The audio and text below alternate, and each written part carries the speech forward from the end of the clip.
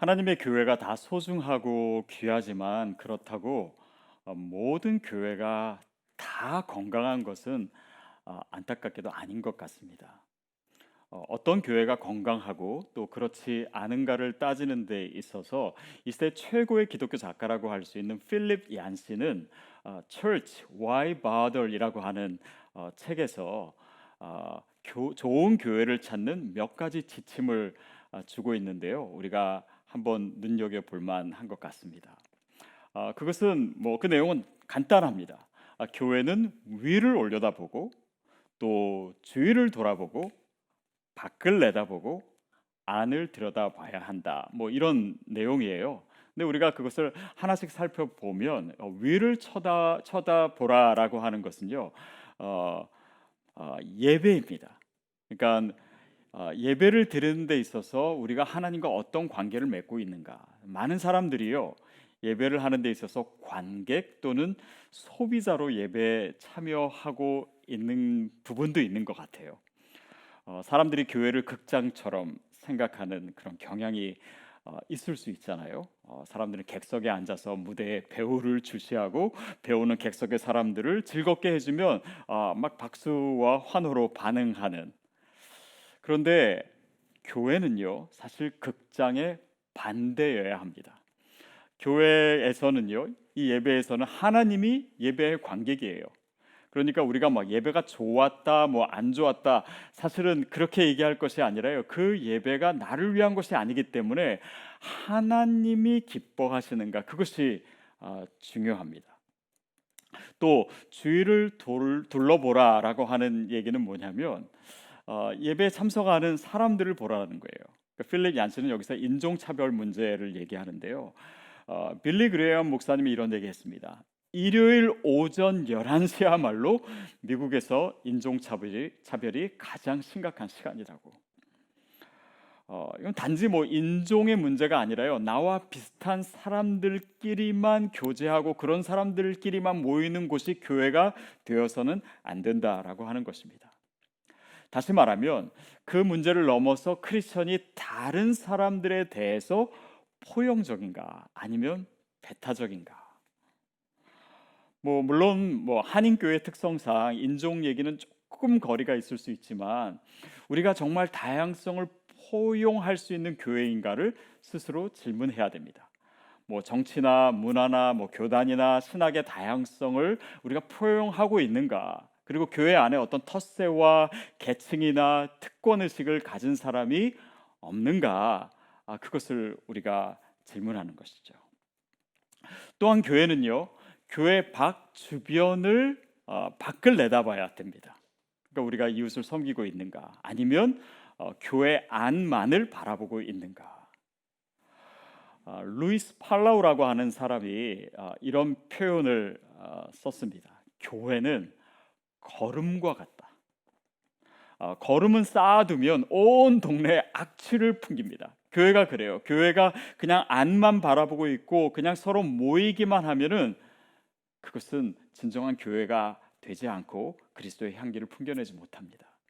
근데 걸음처럼 주변에 잘 뿌리면요, 세상을 기름지고 풍요롭게 합니다. 저는 그것이 교회가 그러니까 세상을 섬겨야 되는 중요한 이유라고 생각합니다. 또 네 번째는 교회는 안을 들여다봐야 된다. 이것은 서로 허물을 덮어주고 또 약한 자를 도와주고 있는가, 그런 은혜가 느껴지고 체험되는가입니다. 어떤 분들은요, 남의 약점과 허물을 들춰내려는 역사적 사명을 띠고 이 땅에 태어난 분들이 있어요. 아닙니다. 서로 덮어주고 참아주고 기다려줘야 합니다. 또한 외부의 필요를 돌아보기 전에 내부의 필요를 먼저 돌아볼 줄 아는 것이 저는 교회가 돼야 된다라고 믿습니다. 우리가 오늘 에베소서 말씀을 읽었는데요. 사실 에베소서는요, 교회에 쓴 편지요, 또 교회에 대한 이야기입니다. 근데 그 내용을 보면요, 온통 사랑에 대한 이야기예요. 그러니까 하나님과의 관계에 있어서의 사랑, 또 서로와의 관계에 있어서의 사랑, 그리고 교회 밖 세상과 어떤 사랑의 관계를 맺고 있는가, 뭐 그런 이야기들입니다. 당시 이단이 들끓고 또 분쟁이 있었던 에베소 교회 상황에 사실 가장 필요했던 것이 사랑이지요. 그리고 우리가 요한계시록에서도 보면요, 에베소 교회에 대해서 얘기할 때 책망이 있습니다. 너희가 첫사랑을 잃어버렸다고. 그래서 사도 바울은 이 에베소서를 통해서요, 에베소 교회에게, 그리고 성도 한 사람 한 사람에게 그 사랑의 회복을 당부하고 있는 것입니다.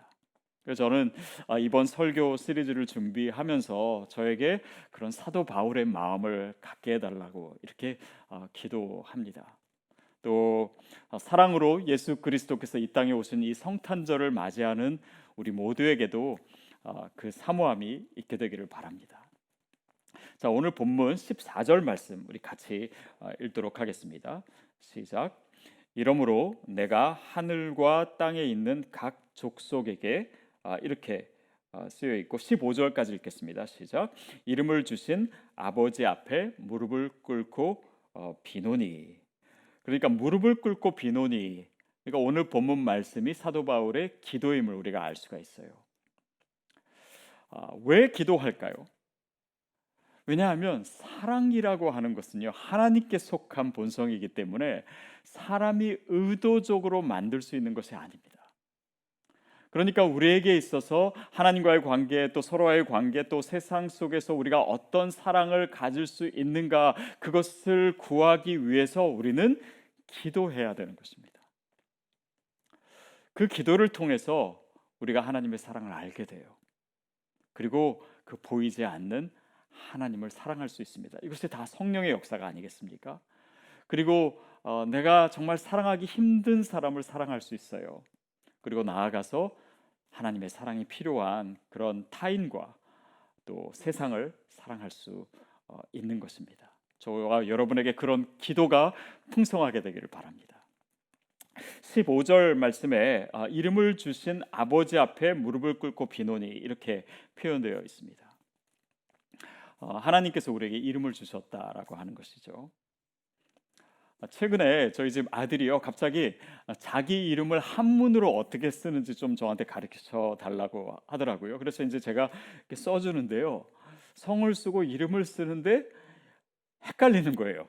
잘 기억이 안 나는 거예요. 그래서 제가 헤매고 있자 아이들이 뭐 아빠가 그 이름을 지어놓고서 어떻게 잊어버릴 수가 있냐고 그래서 함께 웃은 적이 있습니다. 여러분, 근데 하나님은요, 우리의 이름을 지어주시고 잊어버리시는 분이 아닙니다. 우리가 어려운 상황 속에 있다고, 당장 내 기도가 응답되지 않는 것 같다고 해서 하나님이 나를 잊으신 것이 아니에요. 사랑하는 여러분, 저와 여러분은요, 하나님에게서 잊혀지는 존재가 아닙니다. 이사야 49장 5절 말씀 같이 한번 읽겠습니다. 시작. 여인이 어찌 그 젖 먹는 자식을 잊겠으며 자기 태에서 난 아들을 긍휼히 여기지 않겠느냐. 그들은 혹시 잊을지라도 나는 너를 잊지 아니할 것이다. 하나님은요, 단지 우리의 이름을 기억하시는 분이 아니라요, 이름을 지어주신 분이십니다. 우리를 만들어주신 분이에요. 그분이 어떻게 우리를 잊겠습니까? 그래서 16절로 넘어가면 사도 바울 이렇게 얘기합니다. 시작. 그의 영광의 풍성함을 따라 그의 성령으로 말미암아 너희 속사람을 능력으로 강건하게 하시오며. 여기서 이 속사람이라고 하는 단어가 쓰이는데 영어로 innerman입니다. 우리가 속사람이라고 할 때는 뭐 사람의 내면, 또 마음 또는 영혼을 의미하죠. 근데 이 구절을 해석하면서요, 한 신학자는 그 innerman을 대문자로 써야 된다고 주장합니다. 의미인즉 그것이 the inner man, 그러니까 예수 그리스도를 지칭한다라고 얘기하는 거예요. 그러니까 그의 성령으로 말미암아 능력으로 속 사람이신 예수님이 내 마음에 계시게 하라라고 하는 의미입니다. 그리고 그 주장의 근거로 우리가 뭐 갈라디아서 2장 20절에서 보듯이 내가 그리스도와 함께 십자가에 못 박혔나니 그런즉 이제는 내가 산 것이 아니라 오직 내 안에 그리스도께서 사신 것이라고. 그러니까 the inner man, 그러니까 예수 그리스도께서 내 안에 계시다. 그러므로 그 속사람은 그저 추상적인 내면의 자아가 아니라 실제로 예수님께서 내 안에 계시는 것을 의미한다라는 거예요. 그러면 이 17절의 구절이요, 아주 자연스럽게 의미상 연결이 됩니다. 17절 같이 읽겠습니다. 시작. 믿음으로 말미암아 그리스도께서 너희 마음에 계시게 하시었고 너희가 사랑 가운데서 뿌리가 박히고 터가 굳어져서. 그러니까 그리스도께서 내 안에 계실수록 우리가 사랑 가운데서 뿌리가 박히고 터가 굳어진다라는 것입니다.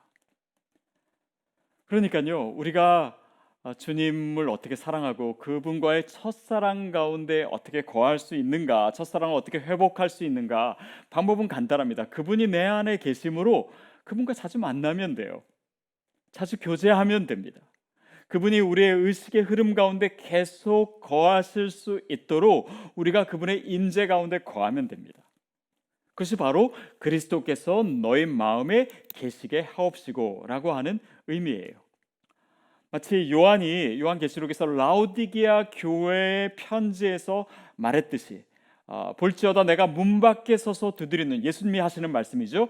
그래서 예수님께서 우리 안에 거하기를 원하신다. 그래서 누구든지 그 음성을 듣고 문을 열면 내가 그와 더불어 먹고 그는 나로 더불어 먹으리라.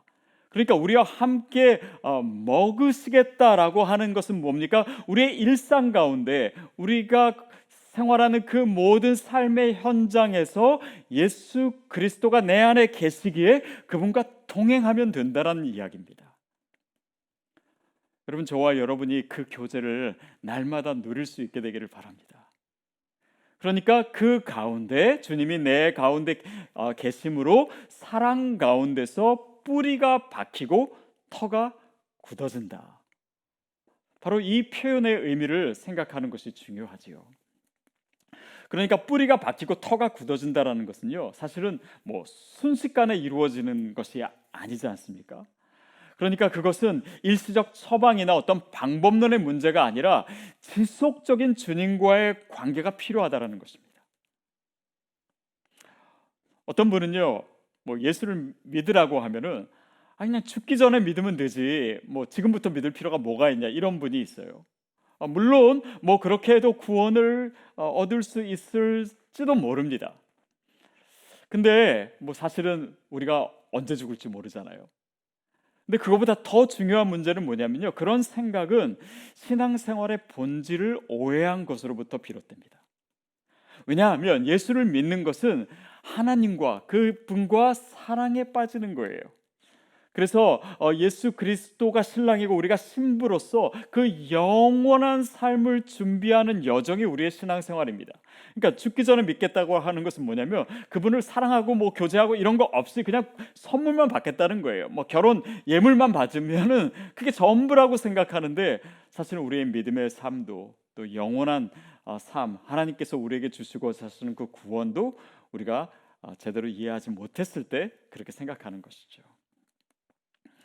자, 그분 안에서 터가 굳어지고 또 우리가 그런 표현은 또 어떤 의미냐면요, 그 사랑이 우리 안에 채워진다라고 하는 의미입니다.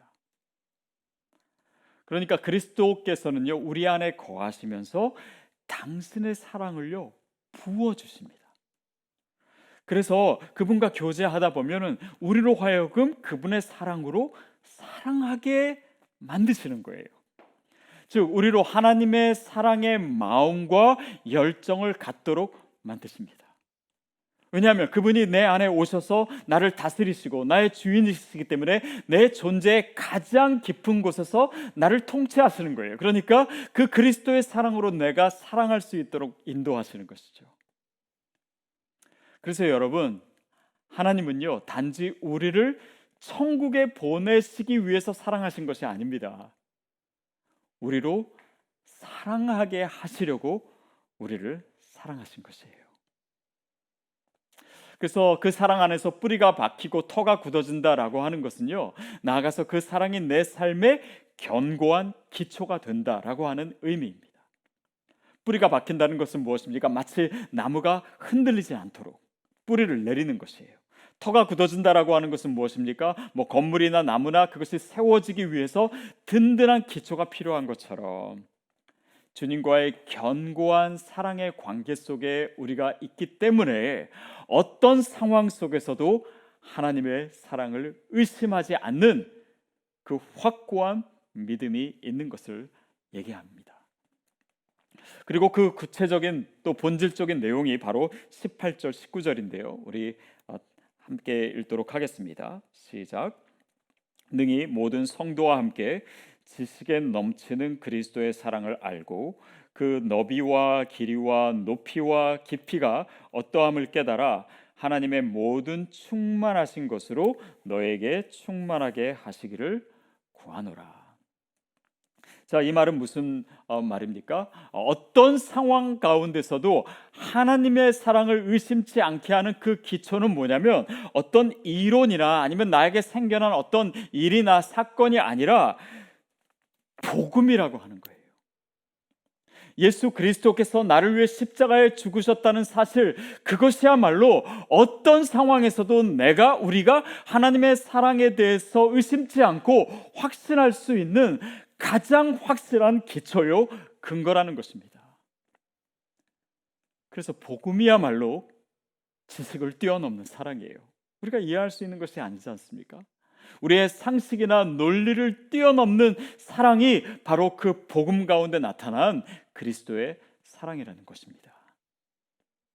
그래서 이렇게 표현되어 있습니다. 그 너비와 길이와 높이와 깊이가 어떠함을 깨달아. 그 복음을 통해서 우리가 그 사랑의 크기를 점점 더 체험하게 되고 깨닫게 되는 것이죠. 그러면 아이들이 부모의 사랑에 대해서 전혀 모르는 것은 아니죠. 근데 부모의 사랑을 안다는 게 자기가 원하는 거 사주면은 부모님이 나를 사랑하는 것 같고 또 안 사주면 사랑하지 않는다라고 생각할 수 있는 것이 아이들의 이해입니다. 물론 부모가요, 원하는 거 사줄 수도 있고 안 사줄 수도 있습니다. 그러나 아이들이 정말 모르는 것은요, 부모가 때로는 안 사주기도 하지만 그 상황 속에서도 부모가 자기를 위해서 생명을 내줄 수도 있는 그런 사랑을 한다는 사실을 아이들은 잘 몰라요. 여러분, 이것이 바로 복음 가운데 나타난 하나님의 사랑입니다. 그 사랑은 우리가 다 알 수도 없어요. 다 이해할 수도 없습니다. 지식에 넘치는 사랑이에요. 그러나 그 안에 어떤 의미가 있습니까? 하나님께서 우리를 구하시기 위해서 자기의 생명을 주신 바로 그 사랑으로 예수 그리스도를 보내셨다라고 하는 바로 그 사랑입니다. 하나님이 나를 사랑하신다는 것이 진정 무엇인지를 우리가 안다면 아마 우리는 다 까무러칠 것이에요. 그 너비와 길이와 그 높이와 깊이를 알아가는 것이요, 우리의 삶의 목적이요, 신앙의 여정입니다. 자, 근데 그 표현에 있어서 우리가 생각해 봐야 될 것이 있습니다. 그것은 뭐라고 나오냐면 능히 모든 성도와 함께라고 하는 표현이에요. 저는요, 그 지식에 넘치는 그리스도의 사랑을 알고 체험하기 위해서 하나님께서 우리에게 허락하신 것이 바로 교회라고 믿습니다. 그래서 모든 성도와 함께 우리가 그것을 알아간다, 깨달아간다라고 사도 바울이 얘기하고 있는 것이에요. 그것은 다시 생각해 보면 우리가 공동체를 이뤄서 이렇게 교회로 있는 이유, 다시 말하면 교회의 존재 목적이 무엇인지를 우리에게 다시 한번 가르쳐주고 있습니다. 그것은 무엇입니까? 그 사랑을, 그 그리스도의 사랑을 체험함으로 그 하나님의 그 사랑의 넓이와 길이와 높이와 깊이를 함께 알아가기 위해서 교회를 우리에게 주신 것입니다. 그래서 그 교회를 통해서 각 성도가 하나님과의 사랑의 관계를 이루도록 하고, 또 교회를 통해서 사랑의 공동체를 이루게 되고, 또 교회를 통해서 모든 성도가 세상 속에서 하나님의 사랑을 실천할 수 있도록, 그것이 바로 그리스도께서 자신의 핏값으로 교회를 사신 이유입니다. 또 이렇게 표현합니다. 하나님의 모든 충만하신 것으로 너에게 충만하게 하시기를 구하노라. 자, 여기서 우리가 좀 더 잘 이해할 것이 필요한데요. 하나님의 모든 충만하게 하신 것, 이게 뭐냐면 이것이 바로 에베소서를 이해하는 키워드이기도 합니다. 그것이 바로 교회예요. 하나님의 모든 충만하신 것, 그것이 뭐냐면 교회입니다. 그것을 가르쳐주는 구절이 에베소서 1장 23절인데 같이 읽겠습니다. 시작. 교회는 그의 몸이니 만물 안에서 만물을 충만하게 하시는 이에 충만함이라. 그러니까 이 교회를 통해서 너희에게 그리스도의 사랑이 충만하게 하시기를 구하는 그 기도가 바로 방금 읽은 구절입니다. 여러분, 이것이 바로 성도의 실체요, 교회의 실체입니다. 그것이 바로 이 시대에 그 이 세상에서 욕먹고 있는 교회의 원래 모습입니다. 즉, 이 하나님의 모든 충만하게 하신 것을 통해서 그 그리스도의 사랑을 교회를 통해서 세상에 알게 하신다라고 하는 의미예요. 충만이라고 하는 단어를 생각하면 저에게 한 가지 기억이 있습니다. 제가 태어나서 처음으로 뷔페 식당을 갔던 것이 기억이 나요. 제가 아마도 한 중학생이었던 것 같습니다. 세상에 그렇게 맛있는 음식이 그렇게 많이 쌓여 있는 것을 보고 제가 정말 입을 다물지 못했던 것 같아요. 저를 비롯 거기에 있는 사람들이 하도 음식을 열심히 먹어가지고 저는 음식이 다 없어지면 어떻게 하나 걱정했더니 또 곧바로 채워지는 거예요. 제가 그때 가졌던 느낌이 그야말로 충만함이었습니다. 하나님의 사랑을 먹어도 끝이 없는 것, 그것이 충만이에요. 알아도 깨달아도 내가 경험해도 끝이 없는 것, 그 사랑의 넓이와 길이와 높이와 깊이를 계속해서 우리가 새롭게 알아갈 수밖에 없는 바로 그 놀라운 사랑이 바로 그리스도의 사랑입니다. 저는 교회인 저와 여러분이 그 하나님의 사랑을 날마다 그렇게 충만하게 체험하게 되기를 바랍니다. 나의 삶에 있어서 또 우리 가정에 있어서 세상에 그 하나님의 사랑이 꽉 차 있는 거예요.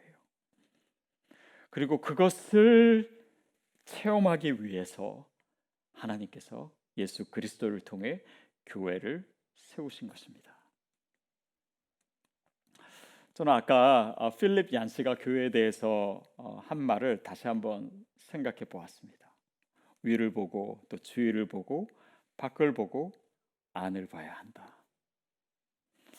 근데 가만 생각해 보면요, 우리 각자가 해야 될 것이 두 가지고요, 또 우리가 교회로서 함께 해야 될 것이 두 가지입니다. 하나님을 사랑하는 예배를 드리고 또 말씀과 기도를 통해서 주님과 교제하고 또 주님을 사랑하게 되는 것, 이것이 바로 위를 보는 것이잖아요. 그리고 우리가 서로 다르지만은 서로를 있는 모습 그대로 받아주고 사랑하는 것, 이것이 바로 주위를 보는 것입니다.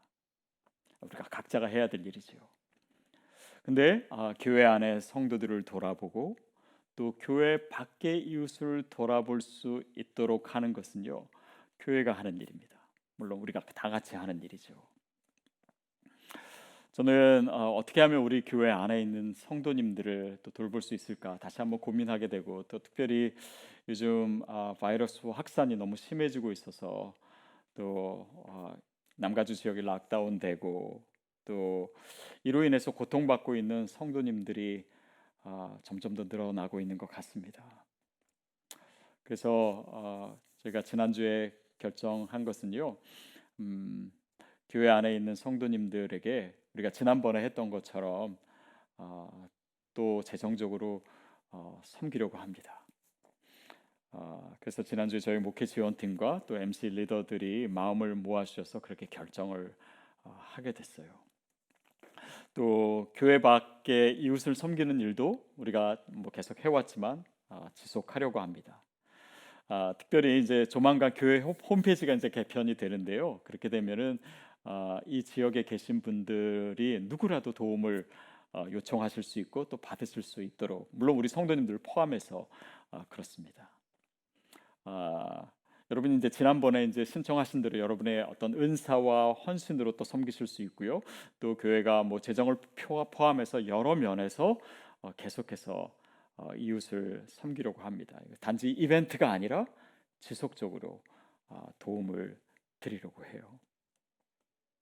그렇게 해서요, 여러 차원에서 우리가 주님의 말씀에 순종하다 보면 우리 교회 내에 정말 지식을 뛰어넘는 그리스도의 사랑이 가득 채워지리라고 믿습니다. 물론 지금도 그렇고 또 여러분 너무나 잘하고 계시지만, 그래서 정말 하나님이 인정하시는 교회가 되고 싶습니다. 그래서 그 그리스도의 사랑으로 인해서 충만한 교회, 그런 교회를 통해서 하나님은 세상에 그의 사랑으로 충만하게 하실 것입니다. 그것이 바로 우리 교회의 비전이고, 아니 모든 교회의 비전이고 에베소서를 통해서 우리에게 말씀하시는 것입니다. 그럴 때 우리는 그 그리스도의 사랑의 너비와 길이와 높이와 깊이가 어떠한지를 날마다 새롭게 깨닫게 될 줄로 믿습니다. 그리고 주님과의 그 첫사랑 가운데, 그 뜨거운 온기와 그 체험 가운데 저와 여러분이 늘 머물게 될 줄로 믿습니다.